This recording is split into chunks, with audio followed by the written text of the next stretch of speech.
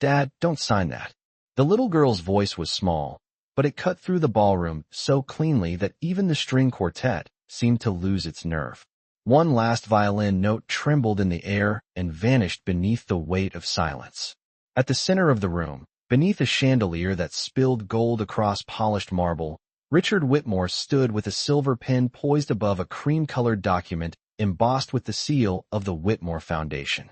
Around him, men in tailored tuxedos and women in black silk stood shoulder to shoulder with champagne flutes in hand, their reflections floating in the tall glass windows like ghosts in formal wear. Behind Richard, a giant portrait of his late wife watched over the room with that calm, unreadable smile people always praised in magazine profiles. Vanessa Whitmore was the first to turn. Her pearl earrings flashed beneath the light as her gaze slid toward the back of the room, sharp and immediate, like she already knew trouble by name. Near the open service doors stood a little black girl no older than 8, maybe 9 at most, thin shoulders tucked inside a faded navy coat that had seen too many winters, her sneakers dulled by rain and city grit.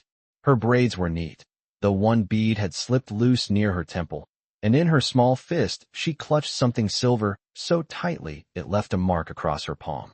2 security guards were already moving toward her, broad-shouldered and efficient, but the child didn't step back. She only looked at Richard as if the rest of the room didn't exist. "You've been tricked," she said, louder this time, and the words landed harder than anyone expected. A nervous laugh flickered somewhere near the bar and died almost instantly. Richard didn't move. The pen remained suspended between his fingers, but the confidence that had steadied his hand a second ago was suddenly gone. Up close, his face still carried the sort of wealth that came from custom suits, private jets, and years of being obeyed before he finished speaking, yet now something colder and more fragile passed through his expression. Confusion first, then irritation, then something older than either one. "Who let her in here?" Vanessa asked, her voice low and perfectly polished, but a little too fast. She wore grief the way other women wore couture, fitted, expensive, practiced. Black satin clung to her frame. A diamond bracelet winked at her wrist. She stepped forward with one hand lightly pressed to her chest, the picture of controlled concern, but her eyes never softened. "Sweetheart, you're in the wrong place," she said to the girl, almost smiling. "This is a private family event." The child didn't even look at her. "No," she said. "It's my family too." That did it. A few guests inhaled sharply. One older board member lowered his drink before he dropped it. Somewhere near the front, Harold Pierce, the Whitmore family attorney, adjusted his cuff links and narrowed his eyes with the thin impatience of a man who billed by the hour and disliked surprises he hadn't arranged himself. Richard finally turned his body toward the child. The room seemed to tilt with him. "What did you say?" he asked. His voice was quiet, but it carried. The girl swallowed, and for the first time the lights caught what she'd been holding. A small silver key hung from a chain around her fingers, worn smooth with age. Alongside it was a piece of a photograph, the edges singed brown, the image faded but still visible enough to show the corner of a smiling woman in a winter coat. Richard's face changed so slightly most people missed it. Most people. Not Vanessa. Her fingers tightened around her clutch. "I said don't sign that," the girl repeated. "My mom told me if they ever tried to make you sign papers in front of her picture, I had to come." The ballroom went so still the faint hum of the heating vents could be heard above the city traffic 30 floors below. Richard looked at the burnt photograph, then at the silver key, then back at the little girl's face. She had large, serious eyes, and the kind of stillness children only learned when life asked too much of them too early. He took one slow step forward. "What's your name?" he asked. The girl lifted her chin, and though her voice stayed soft, there was nothing uncertain in it now. "Naomi," she said. "Naomi Carter." Another beat of silence followed, heavy and electric. Then she looked past the pen in his hand, past the rows of donors and trustees and polished strangers, straight into the face of the billionaire everyone in Manhattan listened to, and said the one word that made the blood leave his face. "Dad." Richard Whitmore had spent 20 years building the kind of silence money could buy, but this silence was different. It did not feel controlled. It felt exposed. The silver pen slipped lower in his fingers as he stared at the child standing beneath the service arch. and for one strange second the ballroom around him seemed to lose its shape. The chandeliers still glowed. The string players still held their instruments. The skyline still burned beyond the glass in ribbons of white and amber. But none of it felt real anymore. Naomi Carter stood in the middle of it all like a single truth dropped into a room built on polished lies. Vanessa recovered first, because women like Vanessa always did. She stepped toward Richard with a soft, concerned expression that would have fooled anyone who did not know how quickly fear could hide beneath beauty. "Richard," she said gently, touching his sleeve, "she is just a little girl. Someone clearly coached her. Let security handle this before the press gets a story out of it." The mention of press snapped several heads toward the back wall, where two invited media photographers had lowered their cameras, uncertain whether they were witnessing a charity announcement or the beginning of a family scandal. Harold Pierce cleared his throat and moved closer as well, his polished shoes barely making a sound on the marble. "Sir," he said in the careful tone attorneys used when trying to sound neutral and decisive at the same time, "I strongly recommend we pause until this child's identity can be verified." Naomi did not look at either of them. Her eyes stayed on Richard, wide and steady, old in a way no 8-year-old's eyes should ever be. She tightened her grip on the chain in her hand and said, "I did not come for them. I came for you." Something in Richard's jaw shifted. He glanced once at Vanessa's hand on his sleeve, then slowly stepped away from it. That movement was small, almost invisible, but Vanessa felt it. The warmth left her face by a single degree. "You said your mother sent you," Richard said, his voice lower now, as if he did not want the room hearing what his heart was starting to fear. "What was your mother's name?" Naomi hesitated, and in that hesitation the room leaned in. Even the donors near the back who had spent the last 10 minutes smiling through speeches now stood perfectly still, their glasses sweating in their hands. Naomi took one breath. "Elena." Richard closed his eyes for less than a second, but it was enough. The name did not strike him like a surprise. It struck like recognition. Vanessa let out the faintest laugh, one meant to sound relieved, almost pitying. "This is insane," she said. Every person in this city knew Elena Whitmore's name. A child could have read it on the invitation outside. But Naomi was already shaking her head. "No," she said. "Not Elena Whitmore. Just Elena. That is what she told me to call her when we had to be quiet." Richard's hand tightened around the pen until his knuckles lost color. He had not told anyone that. Not the board. Not the press. Not even Vanessa. In private, Elena had always asked the people she trusted most to call her simply Elena, as if dropping the last name let her breathe for a little while. Harold noticed the change in Richard's face and tried to step in before it spread. "Sir, with respect, children can repeat things they hear. This proves nothing." Naomi turned then, not to Harold, but toward the massive portrait above the fireplace. Elena smiled down from the canvas in a black evening dress, one hand resting against the frame of a chair, her eyes calm, almost secretive. Naomi stared at the portrait the way children look at churches, uncertain whether they are entering a safe place or a memory too large to survive. "That is not the picture she liked best," Naomi said softly. Richard frowned. "What?" Naomi looked back at him. "She said the one you kept in the blue drawer was her favorite. The one from Boston, when it snowed in April and you both missed your flight because you stayed in the park too long." This time Richard's breath actually caught. Not one person in that ballroom knew about Boston. It had been years ago, long before the magazine covers and gala speeches and carefully managed grief. A private weekend. A sudden spring snowstorm.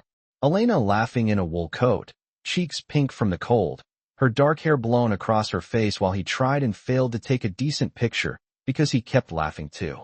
He had kept that photograph in a blue velvet-lined drawer in their old suite upstairs. He had never shown it to anyone. Vanessa felt it too now, the room slipping from her control inch by inch. "Enough," she said, sharper than before. "Richard, this is exactly how manipulation works. She throws out personal details and waits for emotion to fill in the rest." Naomi flinched at the edge in Vanessa's voice, but did not retreat. "Then ask me something only Elena would know," she said. Richard looked at her for a long moment. All around him, wealth and power and ceremony seemed to recede until only two things remained in focus: the little girl in the worn coat and the dead woman's portrait watching from above. At last he spoke. "If you knew her," he said, Tell me what she used to do when she was nervous. Naomi answered so quickly it did not feel rehearsed. She twisted the ring on her right hand 3 times and smiled like everything was fine when it was not. Richard stared at her. Elena had done exactly that before every hospital appointment, every foundation speech. Every night, she sensed he was drifting too far into work to notice what mattered. Naomi's own small fingers now moved unconsciously at the chain in her hand, twisting it once, then twice, then a 3rd time. Vanessa saw Richard notice it, and for the first time that night, real alarm entered her eyes. Naomi swallowed and lifted the key toward him.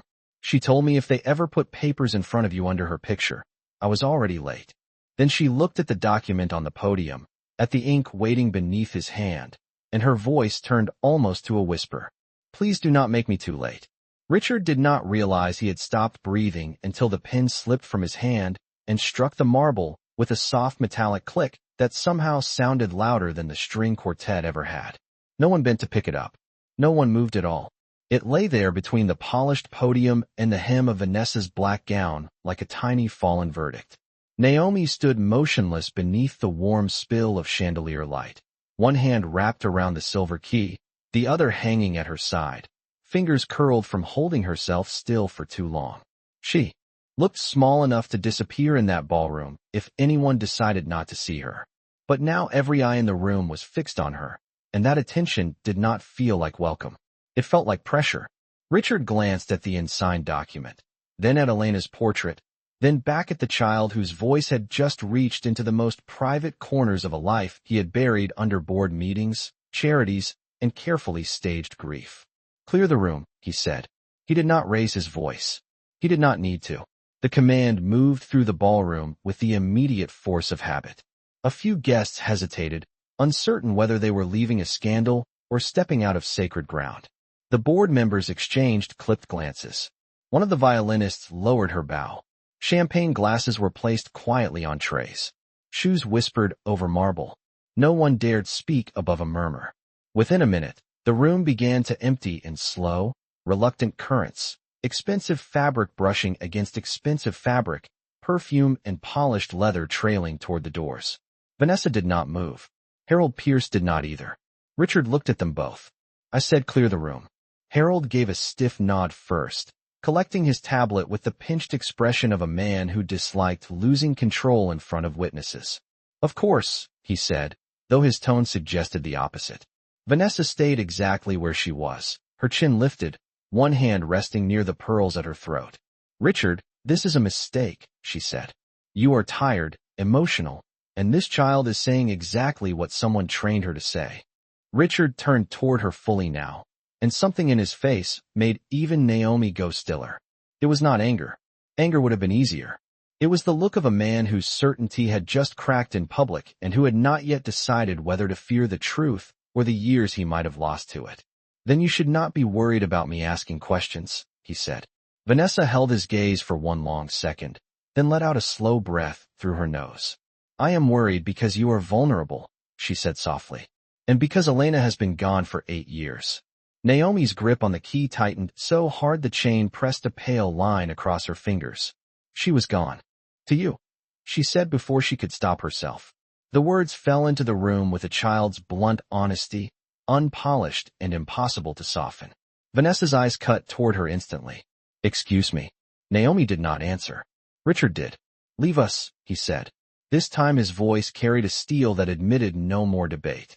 Vanessa's lips parted, then closed. For a second it seemed she might push harder, but the last of the staff were already retreating, and too many eyes had seen too much.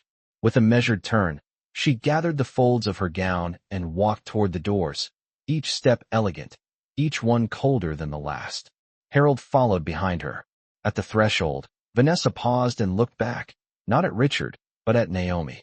It was a brief look, almost nothing, yet it held the chill of someone recalculating a problem she thought was already solved. Then she was gone. The doors shut softly. The ballroom exhaled. The silence afterward felt enormous. Only 3 people remained now. Richard Whitmore beneath the portrait of the woman he had loved, Naomi Carter in her rain-worn sneakers and borrowed courage, and Mrs. Evelyn Brooks, the house manager, who had lingered unnoticed near the service arch with a linen napkin still folded over one arm. Richard turned toward her. "Evelyn," he said, and even that single word sounded strange in the emptiness. She stepped forward, her sensible shoes making almost no sound on the floor. In her 60s now, with silver threaded neatly through her hair and a face composed by years of seeing what wealthy families preferred not to name, she looked from Richard to Naomi, and then to the silver key. Her expression changed, small but undeniable. "You have seen this before," Richard said. It was not quite a question. Evelyn's eyes remained on the key. "I have seen one like it," she answered carefully. Naomi looked up at her, startled. Hope moved across the child's face so quickly it hurt to witness. Richard took a step closer. "One like it." Evelyn nodded once, slowly. "Mrs. Whitmore used to keep a little blue music box in the upstairs sitting room," she said. "There was a key on a chain. She never let it out of her sight." Richard's hand went still at his side. He remembered the music box. Blue enamel. Tiny white stars painted along the lid. He had bought it in Prague years before their marriage, long before success had turned every trip into a schedule. Elena used to wind it when she could not sleep. He had not seen it since the week she died. Naomi swallowed, then lifted the key another inch, as if she were afraid even now that the truth might slip backward if she loosened her grip. "She told me this opened the thing that would make him listen," Naomi whispered. Richard looked at her, really looked at her now, not as an interruption, not as a threat, but as a child carrying the weight of a message that had outlived the woman who gave it. The city lights beyond the windows shimmered against the dark glass, and somewhere far below a siren drifted up from the avenue, thin and distant. Inside the ballroom, Richard Whitmore stood in the glow of his own empire and realized the night he thought would secure his future had just opened the door to his past. Richard Whitmore did not remember crossing the ballroom. Only that one moment Naomi stood beneath Elena's portrait looking impossibly small, and the next she was close enough for him to see the rain dried into faint gray lines along the hem of her coat. Up close, the child looked even younger. 8, maybe. 9 at most. Her face still held the softness of early childhood, but her eyes did not.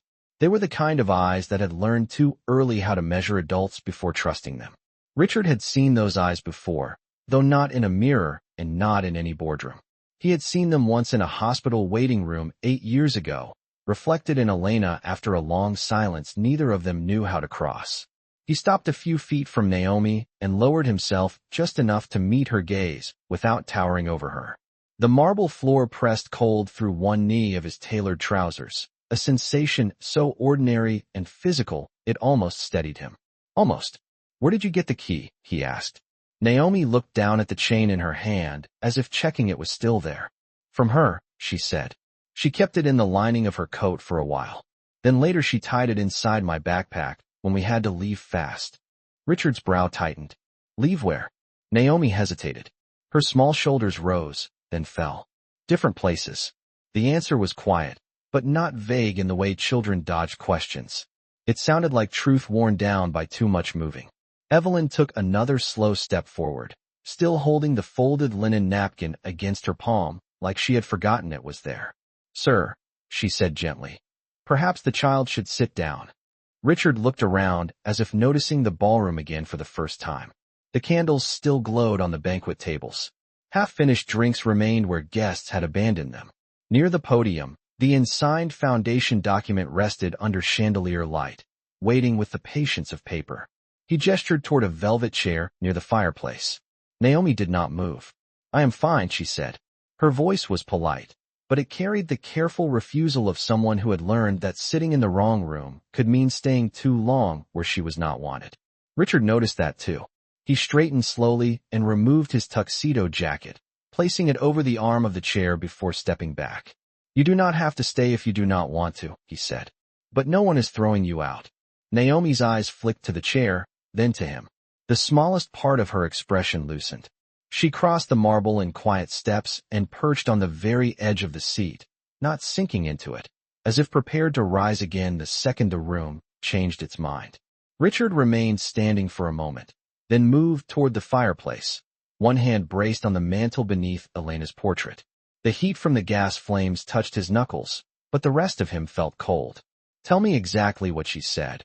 He murmured, more to the room than to Naomi, yet the girl answered him anyway. She said if men in expensive suits ever smiled too much while asking you to sign something, it meant they were already counting on you not reading the truth. Richard closed his eyes. Elena used to say things like that when she thought the world around him had become too polished to be honest. He had once laughed and kissed her forehead and called her dramatic. Now the memory landed with the weight of regret. And she told you about the blue music box? He asked. Naomi nodded. She said it was pretty, but the pretty part was not the important part. Evelyn let out the faintest breath, almost a sound of recognition. Richard turned to her. You knew there was something in it. Evelyn did not answer right away. Her gaze drifted toward Elena's portrait, then lowered to the fire, where amber light shifted over the marble surround in restless patterns. I knew Mrs. Whitmore kept private things private for a reason, she said at last. I also knew there were years when she looked over her shoulder inside her own home. Richard's head lifted sharply. Why did you never tell me that? Evelyn met his eyes with the steady courage of someone old enough not to fear wealth. Because every time I thought about it, sir, Mrs. Whitmore would smile and say she had it handled. And because by then this house had become very good at teaching people what was safe to say around money. The words did not sound accusing. That made them worse. Naomi sat very still, her hands now folded in her lap with the key hidden between them. For the first time since she had entered the ballroom, she looked tired. Not sleepy. Tired in the deeper way children should never look. As if the journey to this room had taken more than train stops and cold sidewalks. Richard noticed the fraying cuff of her coat, the faint stain on one sneaker, the place near her collar where someone had sewn a tear by hand using dark blue thread that did not quite match. Elena had sewn that way sometimes, quick and neat, never caring if the thread matched as long as the thing held. Naomi, he said, forcing his voice to remain level. Where have you been living? She looked up at him, and for the first time fear entered her face plainly. Not fear of him. Fear of what might happen if she said too much too soon and the room turned against her again. At St. Agnes for a while, she said. Then with a lady named Mrs. Turner on 144th Street. She lets girls stay when there is room. The answer hit Richard harder than any accusation could have. St. Agnes. A shelter. 144th Street. Not some distant state. Not another country. Not a story buried beyond reach. His city. His streets. While he had stood under chandeliers and signed checks with his name engraved in silver, a child carrying Elena's key had been sleeping wherever a bed opened up. He looked away, jaw tight, and reached into his pocket for his phone. Then he stopped. Not yet. Not before he saw the truth with his own eyes. He turned back to Naomi.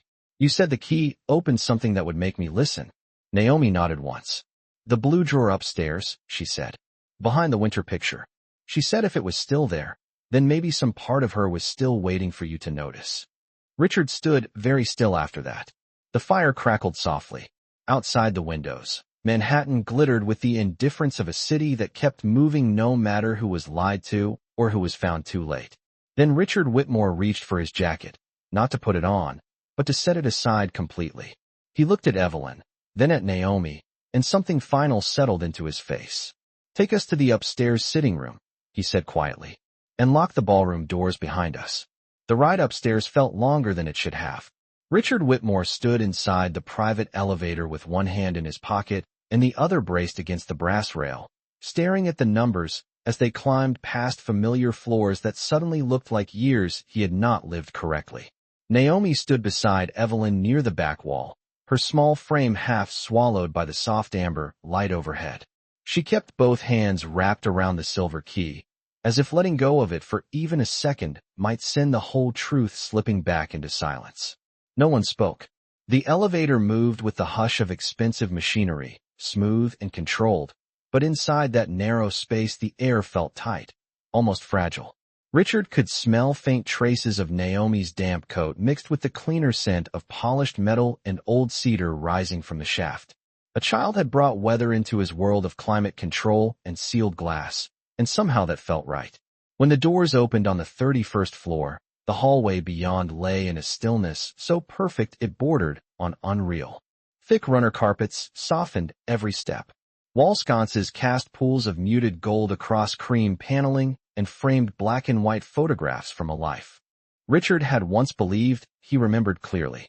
His gaze passed over vacation pictures, foundation galas, stage smiles, and one formal portrait taken the year before Elena died. Vanessa had insisted on that one hanging near the sitting room because, as she had said, it honored continuity. Now the word itself felt suspicious.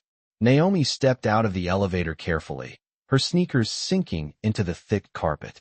She glanced down the corridor with the alert attention of someone entering a place that might be beautiful and dangerous at the same time. Richard noticed that too.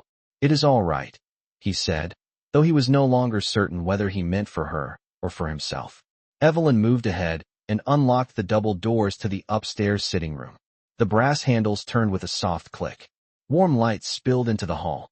The room beyond smelled faintly of old books, lavender polish, and the ghost of Elena's perfume that had somehow outlived 8 winters.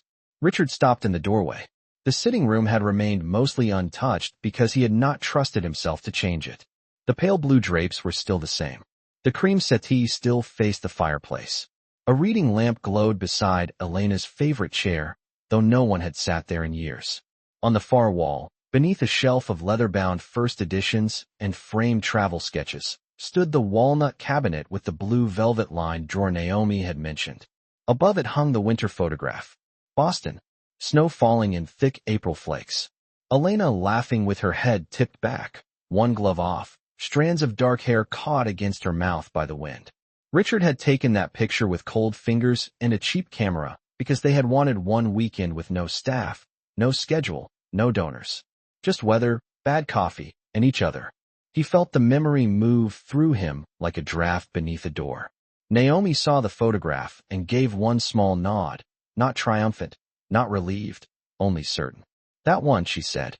Richard crossed the room slowly, each step waking another detail he had trained himself not to linger on. The slight dent in the arm of Elena's reading chair where she used to tuck one knee beneath her. A pressed camellia bookmark still resting on the table beside her lamp. A crystal dish holding 3 pale stones collected from beaches they never ended up visiting again. Everything in the room felt paused, as if grief had not frozen it so much as left it waiting. He reached the cabinet and pulled the top drawer open. Blue velvet. Empty. No music box. Just the faint rectangular outline where it had once rested.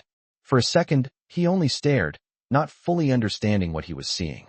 Then he opened the second drawer, then the third, slower each time, as if care might change the contents. Stationery. Old receipts. A silk scarf. No box. No hidden proof. No answer. Vanessa's voice returned to him then, polished and patient, telling him months ago that she had reorganized a few sentimental items upstairs because dust was gathering in rooms no one used. At the time he had barely listened. Now the memory landed like a dropped stone. Richard turned sharply toward Evelyn. Who moved it? Evelyn's face remained composed, but the answer was already in her eyes before she spoke. Mrs. Whitmore's things were packed in stages after the funeral, she said carefully. Some by staff. Some by instructions that came through Mr. Pierce's office. But the upstairs items, especially the personal ones, Mrs. Vanessa oversaw those herself. Naomi had not moved from the doorway. The hope in her face did not vanish, but it tightened. Children who have lived too long with uncertainty learn not to collapse at the first closed door. They learn to wait and listen for hinges. She said there was a second place, Naomi whispered. Richard looked at her. A second place? Naomi nodded, eyes fixed on the empty velvet drawer. If the pretty box was gone, she said to check behind the drawer, because people who steal what is obvious never think to look where something is ugly and dusty. For the first time that night, Evelyn almost smiled. Not from amusement, but recognition. That sounds like her, she murmured. Richard crouched and reached to the back lip of the drawer frame. His fingertips brushed smooth wood, then rougher grain, then a narrow strip of tape tucked beneath the inner track. He pulled back slightly and saw it. A small cream envelope, flattened and hidden where only someone kneeling on the floor would ever notice it. His pulse changed. Naomi stepped closer without realizing she had done it. Richard removed the envelope carefully. Dust clung to one corner. Across the front, in Elena's unmistakable handwriting, were 6 words that made the room feel suddenly smaller and more sacred at the same time. For Richard, only when he is alone. Richard stared at the letters, so long the ink seemed to blur. He knew that handwriting in the way people know voices they once loved in the dark. Every loop, every slant, every place Elena's pen pressed harder when emotion outran patience. His thumb hovered over the seal, but he did not open it. Not yet. Instead, he looked at Naomi, at the child whose coat sleeves were too short and whose eyes held more endurance than any child's should. You knew this was here, he said softly. Naomi shook her head. Not here. Just somewhere she thought they would miss. Richard lowered his gaze to the envelope again. Behind him, the city glowed through tall windows in soft smears of white and gold. Beneath him, the carpet cushioned his knees like the room itself was urging him to stay close to the truth now that he had finally found its edge. Then, just as his fingers slipped beneath the flap, footsteps sounded in the hallway outside, measured and approaching, and Vanessa's voice, calm as glass, floated toward the half-open door. Richard, she called, whatever you think you found, I promise it is not what you think. Vanessa's voice arrived before she did, smooth and controlled, the kind of voice that had spent years softening sharp things into something people could swallow. Richard remained kneeling beside the cabinet with Elena's envelope in his hand, but every muscle in his body tightened. Naomi took one instinctive step backward until the edge of Evelyn's skirt brushed her sleeve. The child did not hide behind the older woman, yet the movement said enough. She was not afraid of grand rooms or silence. She was afraid of being dismissed after finally being heard. Vanessa appeared in the doorway a second later, framed by the warm hall light and the shadow of the half-open door. She had removed the public smile she wore downstairs, but not the elegance. Her black satin gown still caught the light like water. Her pearls still rested perfectly at her throat. Only her eyes had changed. They were brighter now, harder, sharpened by the fact that the night was no longer moving according to plan. Behind her stood Harold Pierce, one hand on the doorframe, his tie slightly loosened for the first time that evening. Richard rose slowly, the envelope still unopened in his hand. You were told to leave, he said. Vanessa's gaze dropped to the cream paper between his fingers, and for one fractional second, too quick for anyone not looking for it, alarm flashed across her face. Then it was gone. I was told to leave the ballroom, she said. No one said I had to stand by while a frightened child and a dead woman's old secrets pushed you into a decision you will regret. Naomi's fingers tightened around the silver key. Richard heard the faint click of the chain against itself. The sound was tiny, but it pulled his attention back to the child at the exact moment Vanessa wanted it elsewhere. He noticed again how still Naomi stood. No tears, no grand speech, just watchful silence and a coat that was too thin for winter. You knew the music box was gone, he said. Vanessa tilted her head slightly. Of course I did. After Elena died, many of her things were packed away. That is what happens after funerals, Richard. People put grief in boxes because they do not know what else to do with it. The sentence was beautiful. Vanessa had always been good at beautiful sentences. Richard used to admire that. Tonight they sounded arranged, polished for effect. Where is it? He asked. I do not know, she replied. Storage, perhaps. There were inventories. Harold handled the legal side.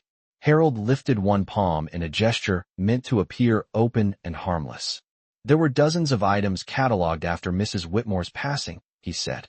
With respect, sir, it would be irresponsible to draw conclusions from an envelope hidden in a drawer and the memories of a child whose background we still have not verified.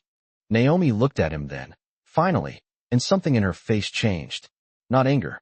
Hurt mixed with endurance. The look of a child who recognized the voice of disbelief because she had heard it too many times already. You keep saying child like that makes me wrong, she said quietly. Harold did not answer. Vanessa stepped one pace into the room. Sweetheart, no one is saying you are wrong. We are saying you may not understand what adults were protecting you from. Naomi flinched at the word sweetheart as if it were colder than the marble downstairs. Richard noticed. He had started noticing everything now. The room, the pauses, the way Vanessa never looked at Elena's reading chair when she spoke, only at him. The way Harold stayed close to the door as if ready to contain whatever came next. The way Naomi's shoulders tightened every time Vanessa softened her voice too much. Do not call her that, Richard said. Vanessa stopped. Not because the words were loud, but because they were not. He had spoken them the way he issued orders to companies worth more than some nations. He looked at Naomi once before continuing. If she has been carrying Elena's key, Elena's details, Elena's handwriting, and Elena's warnings, then I am done treating her like an interruption. Silence spread through the sitting room, moving over the bookshelf, the fire screen, the pale rug beneath their shoes. Evelyn lowered her eyes, not in submission, but in the quiet acknowledgement that something important had finally been said aloud. Vanessa folded her hands before her, the movement graceful, practiced, buying herself half a second. "And what exactly do you think this is, Richard?" she asked. "A miracle? A hidden daughter? A conspiracy built out of grief and guilt?" Richard's jaw tightened. Naomi looked from one adult to the other, following the words the way children follow lightning before thunder. Vanessa took another careful breath. "Elena was ill," she said, softer now. "She was anxious, suspicious. Toward the end she wrote things, hid things, imagined betrayals where there were none. You know that." Richard did know Elena had grown anxious in her final year. He also knew anxiety did not create Boston snowstorms, blue drawers, private habits, hidden keys, or handwriting that still made his pulse stumble. Vanessa saw doubt moving in him and pressed harder. "You are not thinking clearly," she said. "You see a little girl and a letter, and suddenly every memory becomes evidence. That is not truth. That is longing." Naomi stared at her, and when she spoke again, her voice was almost a whisper. "If none of it is true, why did she tell me never to let you read anything alone with Vanessa in the room?" No one moved after that. Vanessa's face did not break, not fully, but the stillness around her became effort instead of ease. Harold shifted his weight. Evelyn lifted her chin, and Richard, standing in the room he had preserved like a shrine, felt something ancient and terrible separate in his mind at last, grief on one side, and manipulation on the other. He looked down at the sealed envelope in his hand, then at Vanessa. "You said whatever I found is not what I think," he said. "Good. Then you will not mind waiting outside while I read it." Vanessa's lips parted, but before she could speak, Naomi added one final sentence, soft as dust and twice as hard to ignore. She said if Vanessa smiled when you found the letter, it meant she was scared. Vanessa did smile. Not broadly, not enough for anyone to call it a smile in polite company, but the corner of her mouth lifted with that same practiced calm she wore whenever a room began sliding beyond her control and she needed everyone inside it to believe she was still the safest thing in sight. Naomi saw it first. Richard saw it second. And once he saw it, he could not unsee all the other times that smile had appeared over the years, after funerals, after board votes, after difficult conversations he had been too tired to finish. It had always looked like composure. Tonight it looked like calculation. Richard took one step toward the door and held the envelope against his palm as though the paper itself had weight. "Outside," he said. Harold opened his mouth immediately, the instinct of a man who had spent his life inserting procedure between truth and consequence. "Sir, I strongly advise against reading any unverified private material without counsel present." Richard turned his head just enough to look at him, and the force of that glance was enough to finish the sentence Harold never got to speak. "That would matter more," Richard said quietly, "if I still trusted the counsel." The words landed with surgical precision. Harold did not argue after that.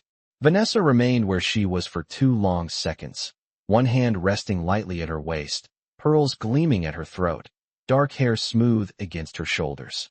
She had the kind of beauty magazines called timeless, the kind that became even more dangerous when paired with patience.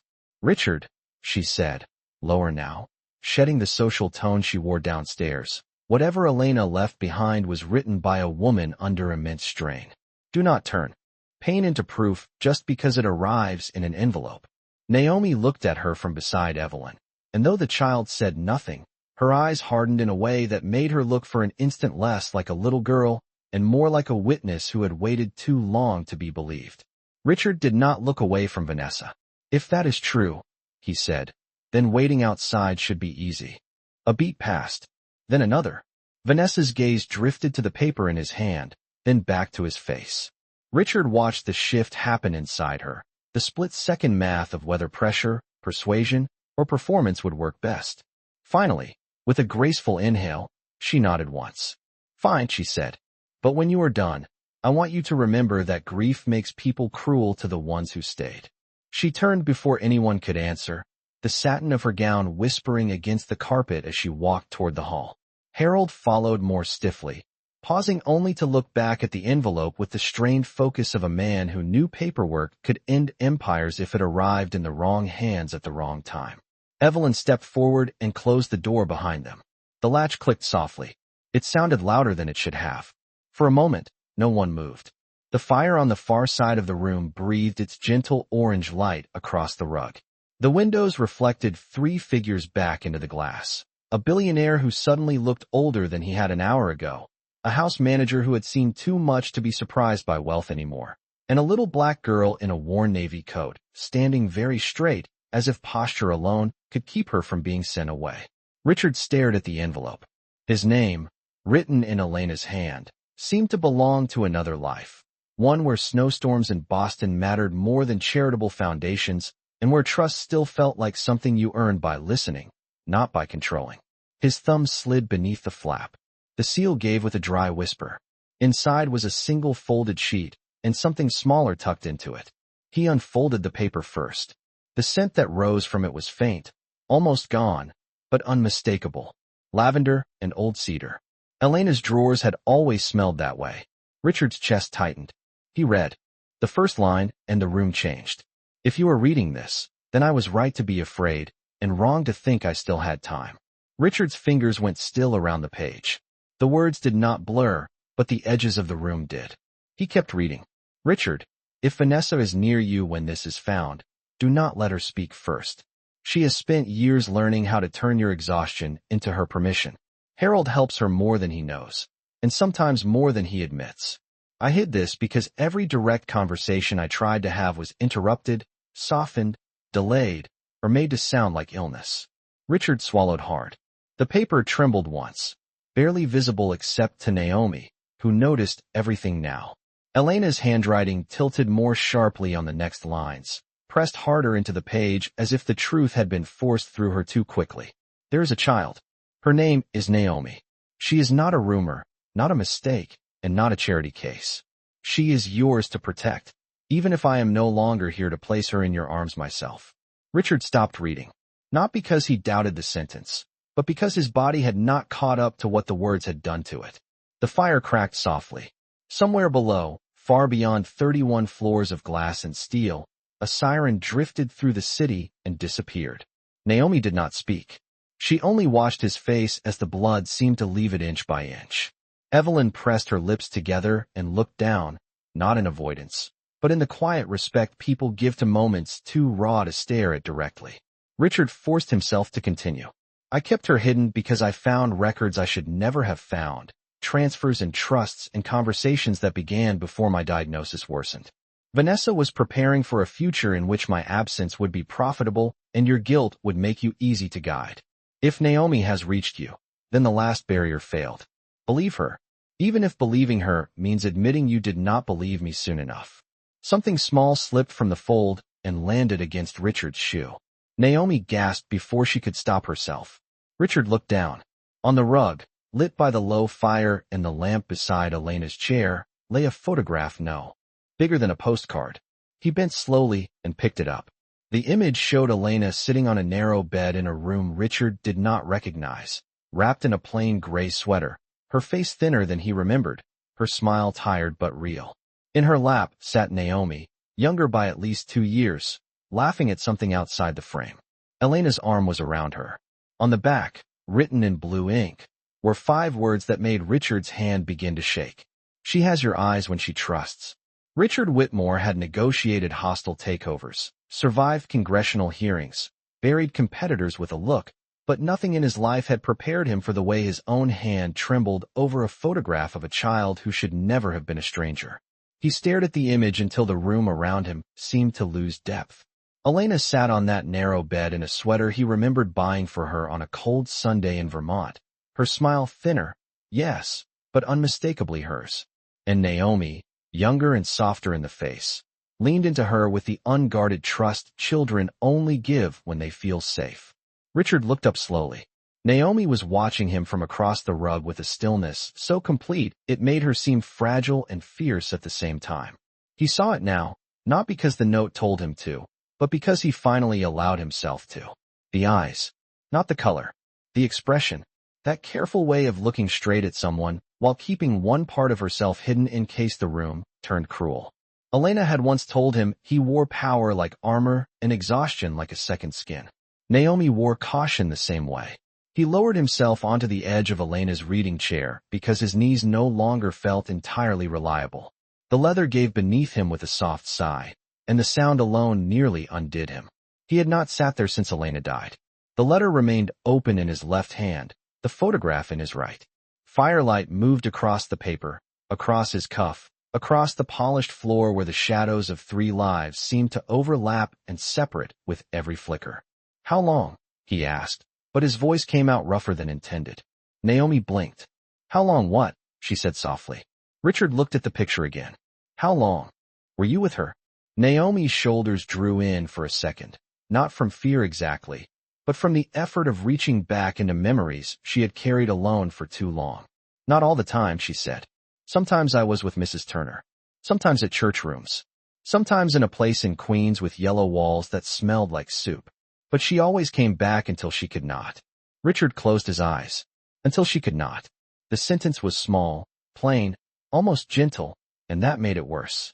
He thought of Elena in the years before her death, tired more often than she admitted, distracted, pressing one hand lightly to her ribs when she thought no one saw.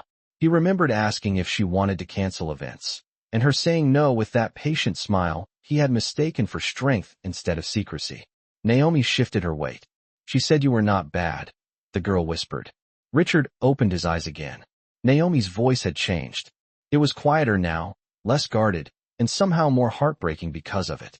"She said you were busy and proud and too used to people fixing things before you noticed they were broken. She said that was different." Evelyn turned her face away toward the dark windows, giving him the dignity of not having to be watched while the truth entered him piece by piece. Richard looked down at the note and read the last lines he had not yet been able to face. "If she arrives afraid, do not question her first. Feed her. Warm her hands. Let her see your face before your doubt." Richard's breath caught on the sentence. Warm her hands. Elena had written that because she knew him too well, knew that he would want facts, dates, proof, blood tests, signatures, knew that he might reach for certainty before kindness if no one stopped him. The shame of it moved through him slowly, like something heavy finding every hollow place.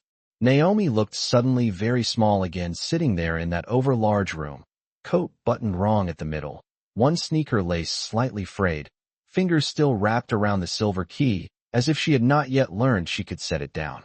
He stood at once. Naomi tensed. Richard noticed, and stopped himself from moving too quickly. "You have not eaten, have you?" he asked. Naomi hesitated, then gave the tiniest shake of her head, as if telling the truth about hunger felt more dangerous than telling the truth about family. Richard looked toward Evelyn. "Tea," he said, then paused and corrected himself. "No, hot chocolate if there is any, and something she can actually eat, not the downstairs desserts." Evelyn nodded once and moved toward the service phone without comment. Richard set the photograph and letter carefully on the side table beside Elena's lamp, as if placing them too roughly would disturb something living.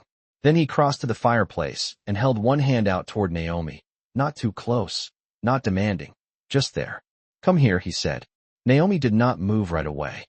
She looked at his hand, then at his face, checking for the shift children learn to expect, the one where softness turns to suspicion without warning. Whatever she saw there made her rise slowly from her chair. She crossed the rug in quiet steps and stopped within arm's reach. Richard crouched until they were nearly eye level again. The fire warmed one side of his face. On the other side, the room still felt winter cold. "Let me see your hands," he said. Naomi unfolded them at last. Her fingers were small and chilled, the knuckles dry from cold air and too much washing with harsh soap. Richard did not trust himself to speak for a moment. He simply took her hands between both of his, gently, as Elena had once held his when he came home too worn down to admit it. Naomi made the smallest sound, not quite relief, not quite surprise. just the sound of a child realizing warmth had been offered without a price attached to it. Richard swallowed hard and looked up at her. "I should have found you," he said. Naomi's eyes searched his face. "She said you would say that," she whispered. The room went still again. Firelight glowed across the blue drapes, the brass lamp, the envelope on the table. Outside, Manhattan kept glittering like nothing had changed. But inside that sitting room, with Elena's letter open and Naomi's cold hands resting inside his, Richard Whitmore felt the first true crack in the man he had been, and knew the next truth waiting behind it would be even worse. The hot chocolate arrived on a silver tray that looked too polished for the moment, as if the house itself had not yet accepted that truth had entered wearing scuffed sneakers. Evelyn set it down on the low table beside Elena's chair with a quiet steadiness that made the room feel less fragile. A white mug, a small plate with buttered toast cut into narrow strips, apple slices arranged beside folded linen that no child from a shelter would ever have called normal. Naomi looked at the food first, then at Richard, checking again for permission she still did not believe would remain once taken. Richard gave the smallest nod. "It is for you," he said. Naomi stepped closer and reached for the mug with both hands, but the heat surprised her, and she nearly pulled back. Richard lifted it first and held it until she could wrap her fingers around the ceramic safely. The gesture was simple. It should not have mattered as much as it did. Yet something in Naomi's face loosened all the same. She took one cautious sip, and Richard saw her shoulders drop by half an inch, the body remembering comfort before the mind agreed to trust it. The sight pierced him more deeply than Elena's letter had, because paper could accuse him, but a child warming her hands in his house proved what accusation meant. Evelyn stood near the mantel, silent now, giving the room what privacy she could without leaving it unguarded. Richard remained crouched beside Naomi until she set the mug down and took a strip of toast. She ate slowly at first, with the careful manners of a child who had learned not to look too hungry in front of people with means. Then, after a few bites, the caution gave way to appetite. Richard looked away for a moment, not because he could not bear the sight, but because he could. He turned toward Elena's note again, picking it up from the side table with fingers that no longer trembled from shock alone. Now they trembled from recognition. He had reached the point where truth stopped being abstract and began costing him something personal every second he read. There was more on the back of the page. He flipped it over. Elena's handwriting had grown tighter there, more compressed, as if she had run out of space before she ran out of things to say. "If you found the letter before they found Naomi, do not waste 1 hour arguing with Vanessa. Check the red ledger in Harold's old office at Pearson Lang. He thinks paper hidden among paper disappears. It does not. I copied dates, transfers, and trust amendments. Not enough to win in court by itself, but enough to make the right person start digging." Richard read the line twice. Pearson Lang, Harold's old office, red ledger. His mind moved at once, executive instincts rising through grief like steel through water. Dates, transfers, trust amendments. Elena had not left behind a plea. She had left directions. Naomi looked up from the plate. Crumbs at the corner of her mouth she did not seem to notice. "What does it say?" she asked. Richard lowered the paper and met her eyes. The question was small, but it held years of waiting inside it. He chose his words with care. "It says your mother wanted me to stop listening to the wrong people," he said. Naomi considered that, then nodded once as though it fit something she had always known. "She used to say some people talk soft because they want you sleepy," Naomi murmured.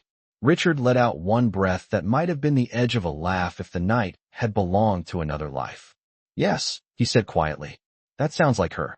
Naomi took another sip of hot chocolate, then glanced toward the windows where the city shone in cold white lines beyond the glass. "She got scared near the end," Naomi said. "Not scared like kids get. Different." Richard felt the words before he understood them. "Tell me," he said. Naomi drew her feet up slightly beneath the chair, still holding the mug in both hands. She would stop in the middle of things and listen at doors, the girl said. She checked locks even in the daytime. She stopped writing in regular notebooks and used grocery lists and church bulletins because she said people do not guard boring paper. Evelyn's eyes lifted sharply at that. Richard noticed. "You saw this too," he said to her. Evelyn was silent for a moment. The firelight traced the lines beside her mouth, the lines of a woman who had spent too long deciding which truths were survivable. I saw Mrs. Whitmore become careful in ways grief alone does not explain, she said at last. I also saw packages arrive that never went through the main desk, and conversations end when certain footsteps approached. Richard's jaw tightened. Certain footsteps. He did not need names to hear the meaning. Naomi spoke again before he could. One time she made me memorize an address in case she could not wake up. The room went still. Richard crouched lower without realizing it, bringing himself closer to the child as though distance itself had become unbearable. What address? He asked. Naomi set the mug down with both hands. A storage place in Brooklyn, she said. Near the water. She said if everything else failed, that was where the last box was. Richard's pulse changed. Brooklyn. Storage. Last box. Elena had layered her truth in backups, then hidden those backups behind ordinary places no one in their circle would ever notice. Not because she loved drama, because she expected interference. He stood slowly, every instinct in him sharpening now that grief had handed the problem to action. He reached for his phone at last and dialed from memory. The call connected on the second ring. Marcus, he said. His security chief answered with immediate alertness at the sound of Richard's voice. I need a car ready in 5 minutes. No house staff. No outside driver. Just you. And Marcus, listen carefully. Do not notify Vanessa Whitmore. Do not notify Harold Pierce. If either of them asks where I am going tonight, you tell them I am unavailable. He ended the call before questions could begin. Naomi watched him with wide, serious eyes, reading the shift in him the way children read weather. Richard looked at her, then at Elena's note, then toward the door where Vanessa had stood only minutes earlier trying to keep the truth inside a smile. Your mother did not leave me a memory, he said softly, more to himself than to anyone else. She left me a trail. Then he turned back to Naomi, and the next question came out heavier than all the rest, because now he was finally ready to hear the answer. When you said they took her from you, he asked, who exactly were they? Naomi did not answer right away. She lowered her eyes to the empty plate on the table, as if the crumbs there might help her arrange memory into something less frightening.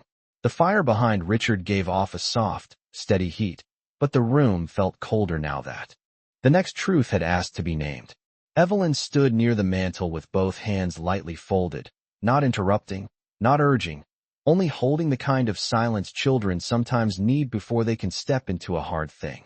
Richard remained standing near Elena's chair, his phone still in his hand, the screen gone dark against his palm. He had asked the question like a man ready for data, names, sequence, proof. But as the seconds passed, he realized what he was truly asking an 8-year-old girl to do. He crossed back to Naomi and crouched slowly until he was level with her again. You do not have to rush, he said. Naomi looked at him then, searching his face the way she always did when deciding whether an adult meant what they said or merely liked the sound of kindness. Whatever she found there seemed enough. She breathed in softly and tucked one foot beneath the chair. I did not know all their names, she said. Not then. Richard nodded once. Tell me what you did know. Naomi stared past him for a moment, not at the room but through it, toward some smaller place that still lived bright in her mind.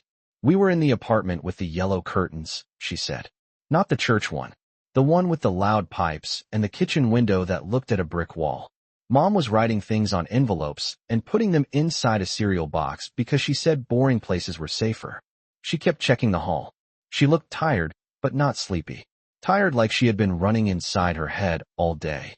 Richard felt Elena's letter in his inner pocket like a second pulse. Naomi's voice remained soft, but as she continued, the details came with the strange precision children sometimes have, where the shape of fear gets remembered through objects instead of explanations. There was rain that night, she said.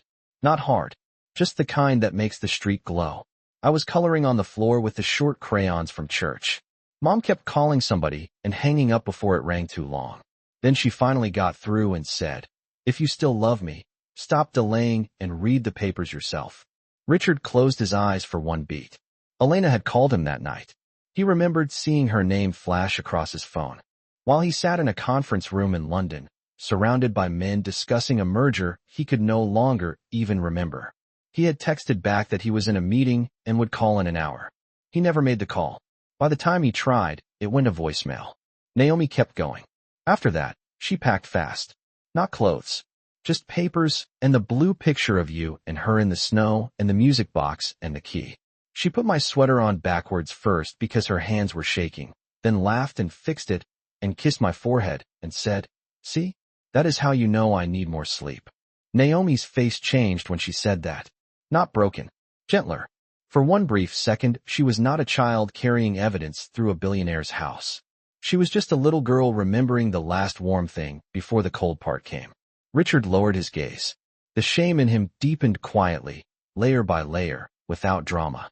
Naomi rubbed one thumb against the silver chain still looped around her fingers. Then there was a knock, she said. Not a loud one. A polite one. Mom froze before it even happened the second time. Evelyn shifted almost imperceptibly near the fire. Richard heard it, but he did not look away from Naomi. "Did she open the door?" he asked. Naomi nodded. A man in a gray coat was there. Not old. Not young. He had a voice like he worked in offices. He said he came from Harold because there was a problem with some documents, and she had to come right away before midnight or something important would file wrong. Mom told him Harold would never send someone without calling first. Then the man smiled and said Harold did call, just not her. Richard felt the words settle into place with sickening ease. Harold had always understood timing, paperwork, urgency, the way panic could be disguised as administrative necessity. "Was Vanessa there?" he asked. Naomi frowned, thinking. "Not at the door. But I saw her car later." Richard's head lifted. "Later?" Naomi nodded again. "Mom told me to stay in the bedroom no matter what. She knelt down and held my face and said if I heard her say winter picture, I had to run to the back stairs and go to Mrs. Alvarez on the first floor. She said if I got scared, I had to stay scared and keep moving." Naomi's voice stayed even, but her fingers tightened so hard around the chain that the little key pressed into her skin. "I heard talking. Low voices. Then Mom said, winter picture, like she was talking about a memory, but she was not. So I ran." Richard's throat tightened. Elena had built escape into ordinary words. She had known enough to prepare a child with code. "Did you see her after that?" he asked. Naomi shook her head once, then stopped and corrected herself. "One time. From the stair window." The room stilled further. Even the fire seemed to settle. "There was a black car by the curb," Naomi said. "Mom was getting in, but not like she wanted to. Vanessa was by the other door, talking to the man in the gray coat. She looked mad, but she smiled when people walked by on the sidewalk. Like the kind of smile you use when you do not want strangers to stop." Richard did not move. He hardly breathed. Naomi's eyes lifted to meet his. "Mom saw me at the window," she whispered. "Just for a second." She touched her necklace and then pointed up, like this. Naomi tapped the chain in her own hand, then lifted one finger toward the ceiling. "She was telling me to go to the hiding place. The place with the church boxes. So I went." Richard's mind raced ahead, trying to build sequence, motive, corroboration, but emotion kept catching it by the throat. Elena had not vanished into illness or confusion. She had been managing a threat, planning around it, shielding a child from it. Naomi looked down again. "Mrs. Alvarez kept me 2 nights. Then a lady from church took me somewhere else because Mom did not come back. After that it was different people in different rooms." Her voice grew smaller on the next sentence. "I kept waiting for you, but you never came." Richard shut his eyes. There it was. Not accusation sharpened for revenge. Just a fact, placed gently in the room by a child too tired to decorate truth. When he opened them again, Naomi was still watching him, still trying to figure out whether this adult would stay steady under the weight of what she had given him. Richard placed one hand flat against the edge of Elena's side table, grounding himself in the wood she had once touched every evening with her rings and reading glasses and tired hands. Then he spoke with a quiet that felt more dangerous than anger. "Vanessa knew," he said. Evelyn did not answer in words. She did not need to. The silence confirmed what the house had likely known for years and never dared say aloud. Richard rose slowly to his full height. In the dark window, his reflection looked unfamiliar now, stripped of ceremony, sharpened by grief and late clarity. He turned toward the door, toward the hallway where Vanessa and Harold waited somewhere beyond the polished walls of his house. And for the first time that night his voice held not confusion, not sorrow, but decision. "She is not waiting outside because she cares what I think," he said. "She is waiting because she knows what comes next." Richard Whitmore moved toward the door with Elena's letter in one hand and his phone in the other, but halfway across the sitting room he stopped. Not because doubt returned. Doubt was gone now. What stopped him was something heavier and far more humiliating. Memory. Not the polished kind framed on walls or repeated at galas when people toasted Elena's grace and his resilience. Real memory. The kind that arrived without permission and carried its own knife. He remembered the night Elena had stood barefoot in this very room, one hand pressed against the blue cabinet, asking him if he ever read anything placed in front of him without first deciding who he wanted to trust. He had laughed, tired from travel, distracted by 3 different deals unfolding across 3 different time zones, and told her paranoia did not make her perceptive. He remembered the way her face had gone quiet after that. Not angry. Worse. Resigned. Naomi watched him from beside the chair, her small hands folded again around the silver key, and though she said nothing, Richard felt the weight of her presence like a moral witness. Evelyn noticed the change in him too. "Sir," she said gently, "Marcus will be waiting." Richard looked at the door, then back at Naomi, and the next truth arrived so plainly it left no place to hide from it. He could go after Vanessa now. He could send men to offices, storage units, legal archives. He could rip. The night opened the way powerful men always did once they decided a thing mattered. But Naomi had already lived 8 years beneath the consequences of his delay. Chasing the next clue without first anchoring the child Elena had asked him to protect would be the same sin in a different suit. He turned fully back into the room. Naomi's shoulders stiffened in reflex, as if she feared he had changed his mind about something vital. Richard set the phone down on Elena's side table and crossed to the writing desk by the window. The drawer still held the old cream stationery Elena liked, thick paper with a faint deckled edge and her initials embossed in pale blue. He pulled out a sheet and uncapped a fountain pen he had not touched in years. Naomi blinked. "What are you doing?" she asked softly. Richard looked at her over the desk, the city lights painting cold lines across the glass behind him. "The one thing I should have done a long time ago," he said. "I am putting it in writing." He began with the date, then the time. Then, in a hand steadier than he felt, he wrote, "Naomi Carter has identified herself in my presence tonight and has presented material evidence confirming Elena Whitmore's private written statement regarding my daughter." Naomi read the first few words upside down from across the room, her mouth parting slightly at the last one. "Daughter." Richard kept writing. He noted Elena's letter, the hidden envelope, the photograph, the reference to Harold's red ledger, the mention of Brooklyn storage, the details Naomi had given about the yellow curtained apartment, the gray coat, Vanessa at the curb. He signed each page as he finished it, then added a final line in darker ink. Effective immediately, no assets, trusts, charitable transfers, or estate amendments are to be executed until independent review is completed by counsel not connected to Harold Pierce or Vanessa Whitmore. Naomi sat very still as he wrote, as if afraid movement might interrupt the reality of what was happening. Evelyn stepped closer only when Richard finished the last page and sanded the signatures lightly. Old habit meeting old wealth in the middle of a night neither had expected. "I will have this scanned, copied, and placed in the safe," Evelyn said. Richard nodded. "And 1 copy goes to Marcus. 1 to the district attorney. In the morning." Hand-delivered. Naomi looked between them, tracking the seriousness without fully understanding the legal shape of it, only the emotional one. Something was finally being made harder to erase. Richard stacked the papers carefully and sealed them in a thick envelope from the desk. Then he turned to Naomi and crossed the room with the formal slowness of a man carrying not paper, but repentance. He knelt again before her, this time with the sealed envelope in both hands. "I cannot ask you to trust words alone," he said. "Adults have used too many of those around you already. So this is the first thing I can do that is smaller than a promise and stronger than a feeling." He placed the envelope in Naomi's lap. "That is the record of what you said tonight and what I found. Your name is on it. Mine is too. No one gets to pretend you were never here." Naomi stared down at the envelope as if it were something breakable and holy at the same time. Her fingers touched the edge without lifting it. "Why are you giving it to me?" she asked. Richard's throat tightened, but he did not look away. "Because people with power keep truth by locking it up," he said. "And people who have been ignored deserve to hold their own copy." For the first time since she entered the house, Naomi's face lost all practiced caution.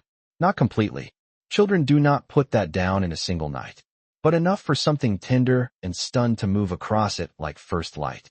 She nodded once, small and careful, and held the envelope against her coat with both arms.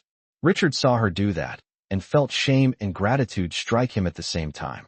Elena had asked him to warm her hands before asking for proof. Now the child sat in his house holding written proof because warmth alone had arrived too late. There was a sound in the hallway then, muted but urgent. A door closing farther down. Quick footsteps. Marcus, most likely. Or Vanessa learning that patience had run out. Richard stood at once, but before he turned away, Naomi spoke. Mom said if you ever believed me, you would get that look. Richard frowned faintly. What look? Naomi met his eyes with the strange, solemn calm children sometimes wear when they repeat the exact truth of someone they loved. The look where you stop being important and start being dangerous. Evelyn lowered her gaze at that, not out of fear, but because the line was too accurate to meet head-on. Richard almost smiled, though there was no joy in it. Elena had known him to the bone. He reached for his phone again, but this time not as a billionaire reacting to scandal. As a father too late, a husband who had failed to listen, and a man who finally understood that forgiveness would not begin with catching Vanessa. It would begin with what he chose next while Naomi was still in the room. He looked at Evelyn. No one comes near her tonight without my permission. Then he looked at Naomi. I have to go downstairs and finish something. Naomi clutched the envelope tighter. Are you coming back? She asked. The question was so small it nearly broke him. Richard stepped closer and bent just enough to answer at her height. Yes, he said. This time, I am coming back. When Richard stepped into the hallway, the house no longer felt like his.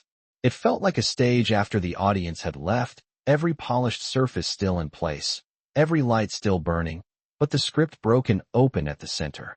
Marcus stood near the elevator with two members of the private security team, his broad frame rigid beneath a dark overcoat, one hand pressed lightly to the earpiece at his temple.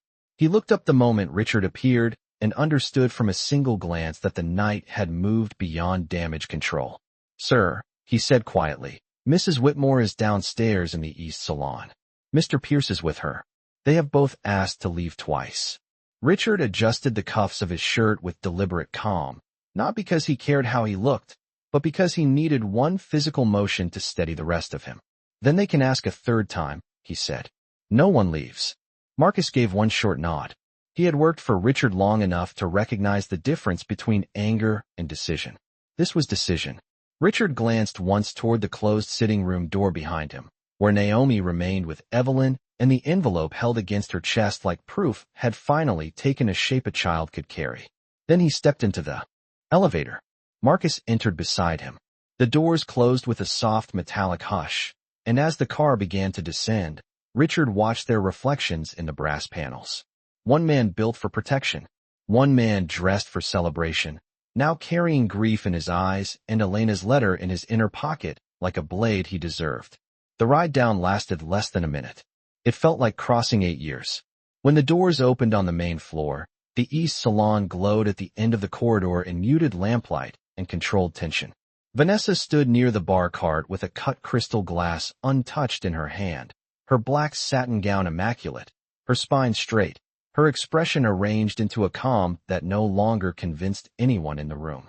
Harold Pierce sat on the edge of a cream armchair, one leg crossed over the other, though his posture had lost its legalese. The moment Richard entered, both of them rose. No one spoke at first. The fire in the salon snapped softly behind the screen. Ice melted in a silver bucket beside the liquor tray. Somewhere farther away, staff moved with the strained caution of people who knew the house had shifted beneath them. Vanessa was the first to break the silence. Richard, she said, not cold, not warm, but pitched exactly where concern could masquerade as innocence. Whatever that child told you, this has gone far enough. She needs proper care, not a midnight fantasy encouraged by grief. Richard stopped several feet from her, leaving a strip of Persian rug between them like a border neither of them could cross honestly anymore. Her name is Naomi, he said. Vanessa's jaw tightened by the slightest degree. Very well, Naomi. The point remains. Richard reached into his jacket and removed the photograph Elena had hidden with the letter. He held it up, Not dramatically, just enough for the room to see. Vanessa's gaze landed on it and flickered. Harold saw that flicker and looked away too late. Richard noticed both. "Do not insult me by pretending surprise," he said. Harold lifted one hand, trying to reclaim the old rhythm of explanation before evidence settled. "Sir, photographs can exist without context. If Elena was trying to protect a child, that does not automatically implicate Vanessa or prove any criminal intent." Richard turned his head slowly toward him. "You chose your first sentence very carefully," he said. "If Elena was trying to protect a child. Not if the letter is real. Not if the girl is lying. You have already moved to context because you know the evidence is real." Harold's lips parted, then pressed together. Vanessa stepped in before he could recover. "Richard, enough." Elena was declining. She became suspicious, obsessive, secretive. "I protected this family when she could no longer think clearly." The sentence hung in the room, elegant and poisonous. Richard took Elena's letter from his pocket and unfolded it with the same care he had used upstairs, but his voice when he read was stripped of tenderness now. "Do not let Vanessa speak first. She has spent years learning how to turn your exhaustion into her permission." Vanessa's face did not collapse. It sharpened. "A dying woman wrote that," she said. "A frightened woman. You are building treason out of grief." Richard stepped closer then, not enough to threaten. Only enough that she had to look directly into the man she had managed for years from the softest angle. "No," he said quietly. "I built neglect out of convenience. You built opportunity out of it." The room went still. Marcus did not move. Harold did not sit. Vanessa lowered her glass to the cart with a soft click that sounded final. "And what exactly do you think happens next?" she asked. "You call the police because a child appeared with a key and a story? You freeze your own foundation over an old letter and hand your enemies a scandal large enough to rip through everything Elena ever built."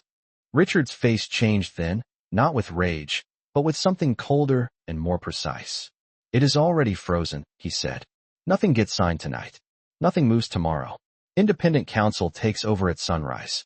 The district attorney receives a sealed statement in the morning. Marcus has orders. So does my bank. So do my trustees." Harold's color shifted. "You cannot do that based on this alone." Richard looked at him the way men like Harold feared most, not as an equal, not as an advisor, but as a variable finally seen clearly. "I already did." Vanessa stared at him, and for the first time since Naomi walked into the ballroom, the performance slipped. Only a little.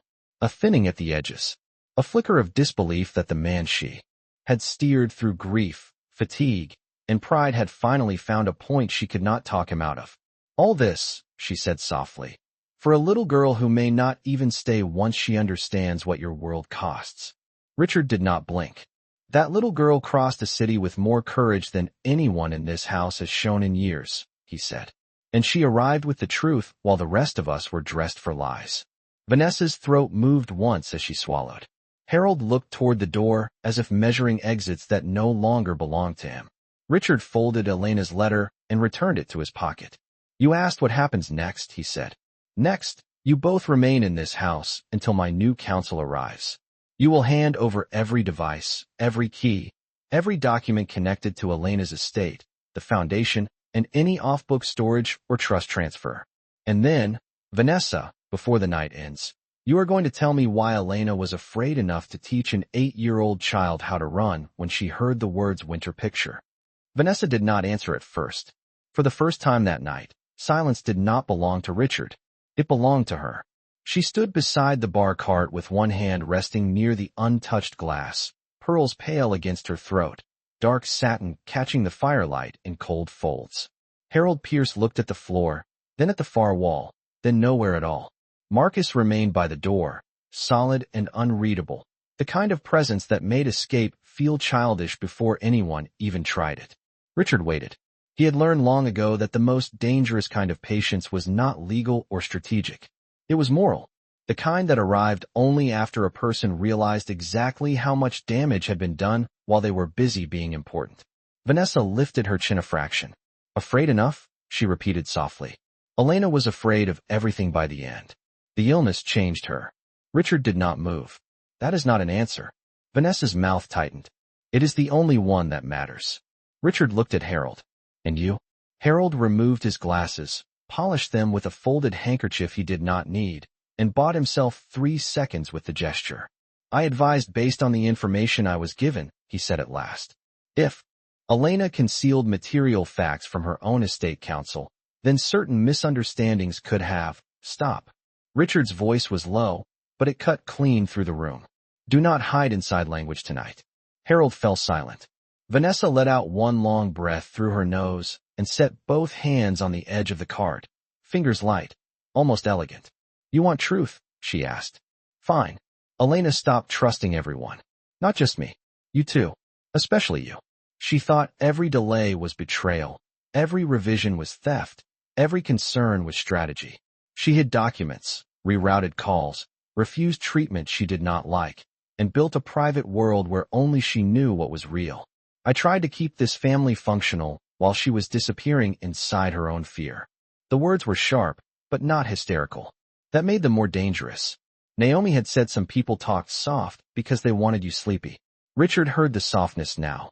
Heard the way Vanessa placed just enough truth inside a lie to make the lie feel merciful. Elena had been afraid. Elena had hidden things. Elena had lost faith in the people around her. All of that could be true without making Vanessa innocent. Richard took one step forward. Then explain the child, he said. Vanessa's eyes flicked toward the hall for the briefest second, toward the upstairs rooms where Naomi waited. I cannot explain what Elena never told me directly.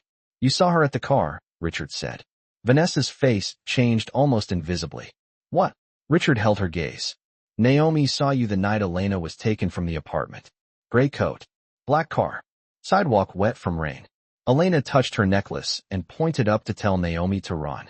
Harold went pale in a way no courtroom training could disguise. Vanessa turned slowly toward him, and that was the moment Richard needed. Not panic. Not confession. Alignment. People only look at each other like that when the lie is shared. Evelyn entered the salon then, quiet as ever, standing just inside the doorway with no need to speak. Richard saw at once that something had changed.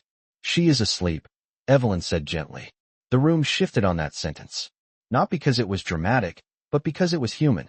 Upstairs, after all the running and the waiting and the carrying and the proving, Naomi had finally fallen asleep in a house that should have been hers to enter without fear years ago.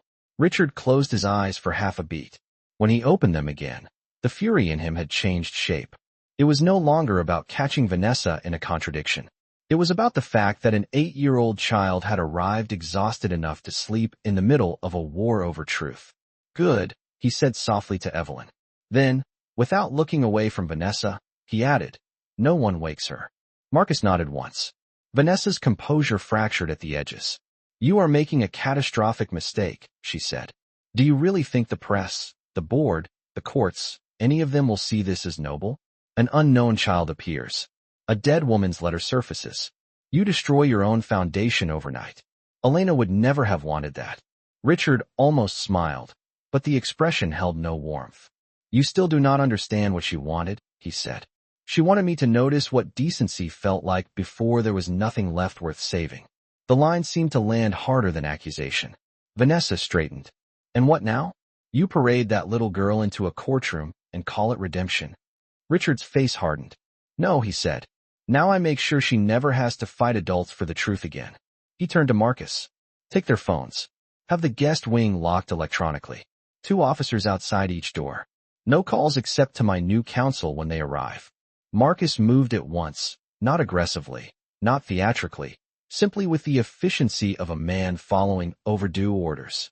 Harold surrendered his phone first, already looking like someone calculating plea language in his head. Vanessa held on to hers a second longer, then let it go with visible disgust. Richard watched without satisfaction. Triumph would have been too cheap for a night like this. By the time Marcus and the team had escorted them toward the corridor, the salon looked almost unchanged. Firelight still glowed. Ice still melted. A decanter still caught amber light near the edge of the cart. Wealth was like that, Richard thought. It could remain beautiful long after it stopped being honorable. When the room was finally quiet, Evelyn stepped closer. Sir, she said, and in that one word was grief, loyalty, and the fatigue of someone who had witnessed too many careful silences under this roof. Richard looked toward the staircase. Did she ask for anything before she fell asleep? Evelyn's expression softened. She asked if she should keep holding the envelope. Richard swallowed. What did you tell her? Evelyn gave the faintest smile. I told her she could set it on the nightstand. That this house would still remember her in the morning. Richard stood very still after that. Then he crossed to the window at the far end of the salon and looked out over Manhattan. The city shimmered beneath the late-night haze. All those towers and avenues and headlights threading through the dark as if power itself were something permanent. Behind the glass, his reflection hovered over the lights. Tuxedo shirt unbuttoned at the collar, face older than it had been at sundown, Elena's letter still in his pocket, and somewhere upstairs a little girl sleeping with proof beside her bed instead of under her coat. He placed one hand flat against the cool window and let the silence settle all the way through him. He had not saved Elena. He had not come when Naomi waited. He had not seen what was happening inside his own house until Truth arrived wearing rain-marked sneakers and calling him dad in a room full of liars. But upstairs, for the first time in years, the child had stopped running. And that had to mean something. Richard lowered his head for one moment, then turned toward the staircase. The house was quiet now, not empty, not finished, just quiet in the way dawn is quiet before it shows what survived the night. He climbed the stairs without haste, each step softer than the last, and when he reached the guest room door left open by Evelyn, he stopped at the threshold and looked in. Naomi lay curled beneath a cream blanket too large for her small frame, one hand near her cheek, the sealed envelope resting on the nightstand beside Elena's photograph and a silver key. A lamp glowed low, washing the room in honey-colored light. The heating vent breathed gently. Beyond the window, the city kept shining, unaware. Richard did not go inside right away. He only stood there, one hand on the doorframe, and watched the steady rise and fall of her breathing as if it were the first honest thing he had been given in years. Then, very quietly, so quietly the words were almost swallowed by the warm air of the room, he said, she was right. I did not know how to be your father, but I know how to stay.